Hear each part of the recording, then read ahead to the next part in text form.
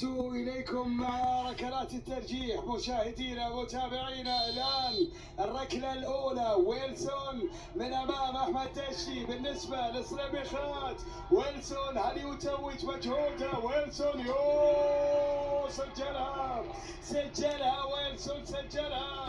والآن أول ركلة للصليبيخات يسجلها ويلسون بتسديده في القدم اليسرى من الجهة اليسرى على أحمد دشتي. بالتالي الآن يتقدم الصليبيخات. من للعربي؟ من سيسدد الآن؟ جمعة عبود. بالنسبة للعربي من أمام المتألق اليوم عبد الله عباس حارس الصليبيخات. جمعة من أمام عبد الله عباس. عبود هل يسجل العربي؟ جمعة من أمام عبد الله. عبود جمعة صدها عبد الله، صدها عبد الله عباس. نعم راحت على العربي. أول كرة يتألق فيها عبد الله عباس. يا على مباراة، يا على حارس كبير، يا على دقائق صعبة على العربي. شوف الآن لمن؟ أنطونيو. نعم أنطونيو سيلفا الانكولي صاحب الهدف الثاني بالنسبة للصليبيخات من أمام أحمد دشتي. هل يسجل أنطونيو؟ بالتالي يأتي بتقدم للصليبيخات من ركلات الترجيح. هنا أنطونيو سيلفا. أحمد دشتي وين يا أنطونيو؟ وين يحطها؟ وين أنطونيو؟ جول.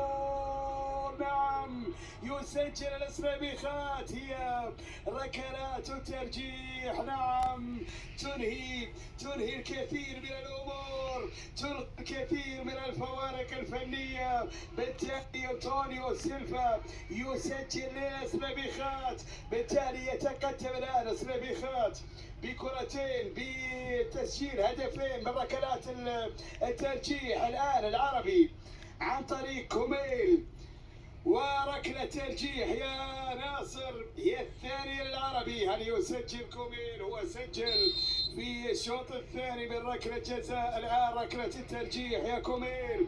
هل يسجلها كوميل بالقدم اليسرى؟ كوميل نعم سجلها البحريني، سجلها كوميل بالخبرة. يا كوميل بالخبرة. جمعة الأولى تضيع، الثانية من كوميل ما تضيع. بالتالي يسجل العربي. لكن هنا الصليبيخات يتقدم بهدفين مقابل هدف للعربي من ركلات الترجيح. ماذا عن الركلة الثالثة بالنسبة للصليبيخات؟ مع من ستكون؟ مارتينيلي نعم البرازيلي من أمام أحمد دشتي المدافع.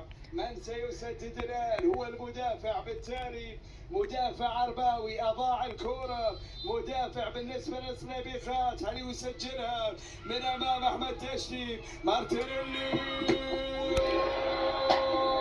دشتي صدها أحمد جابها دشتي جابها. ضاعت على الصليبيخات، أضاعها مارتينيلي. نعم المدافعون يضيعون ركلات الترجيح. على تسديده على حارس كبير دشتي. نعم ذهب مع الكرة دشتي يعيد العربي. هنا الركلة الثالثة بالنسبة للعربي. هل تأتي وهل يعود العربي بالتعادل يا حمد القلاف؟ هذا الظهير الايسر حمد القلاف والقدم اليسرى امام عبد الله عباس. هل يسجلها حمد؟ هل يعود بالعربي؟ يا سلام يا سلام. اي ركنه لاعب كبير، اي ركنه لاعب خبير. نعم عاد العربي بالتعادل. الان اصبحت الان ركلتين لكل من الفريقين سجلت، وركلة ضاعت على كل من الفريقين. الآن لمن ستكون بالنسبة للصليبيخات؟ عبد العزيز القطان أيضا مدافع الصليبيخات وأمام أحمد دشتي. هل يسجل عبد العزيز؟ والركلة الرابعة بالنسبة للصليبيخات. هل يأتي بها عبد العزيز؟ لا زال التعادل مستمر حتى في ركلات الترجيح. يا عبد العزيز، أحمد دشتي، عبد العزيز القائم يقف على العربي، ضاعت على عبد العزيز. يا على إثارة اليوم، يا على إثارة اليوم. كان سليميخات متقدم، ثم الآن فرصة عودة للعربي، فرصة تقدم عرباوي. من سيسدد؟ هو إيوالا. الرابعة بالنسبة للعربي، هل يسجلها إيوالا؟ هل يتقدم العربي؟ هل يتقدم في الركلة الرابعة إيوالا من أمام عبد الله عباس؟ إيوالا هل تأتي بها؟ هل يسجلها النيجيري؟ هل يتقدم للعربي؟ إيوالا بالأمام عبد الله عباس، الركلة الرابعة. إيوالا بالقدم اليمنى، انتظار انتظار، الكل ينتظر. إيوالا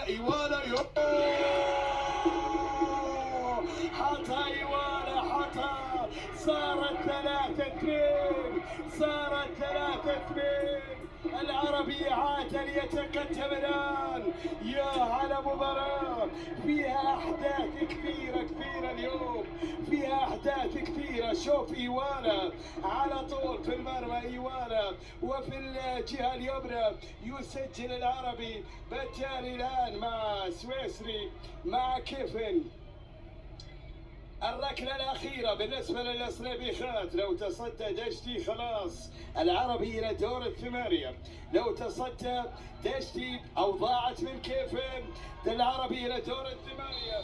ماذا لدى كيفن؟ ماذا لدى دشتي؟ كيفن هو سجلها على طول، حطها سويسري.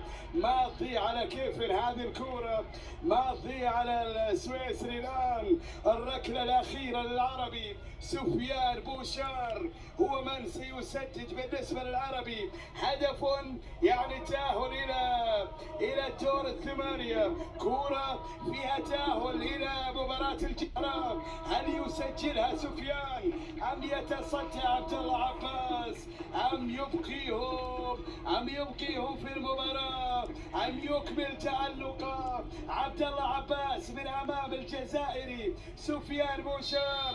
هي عرباوية أم السليبيخات؟ هي عرباوية، هي عرباوية.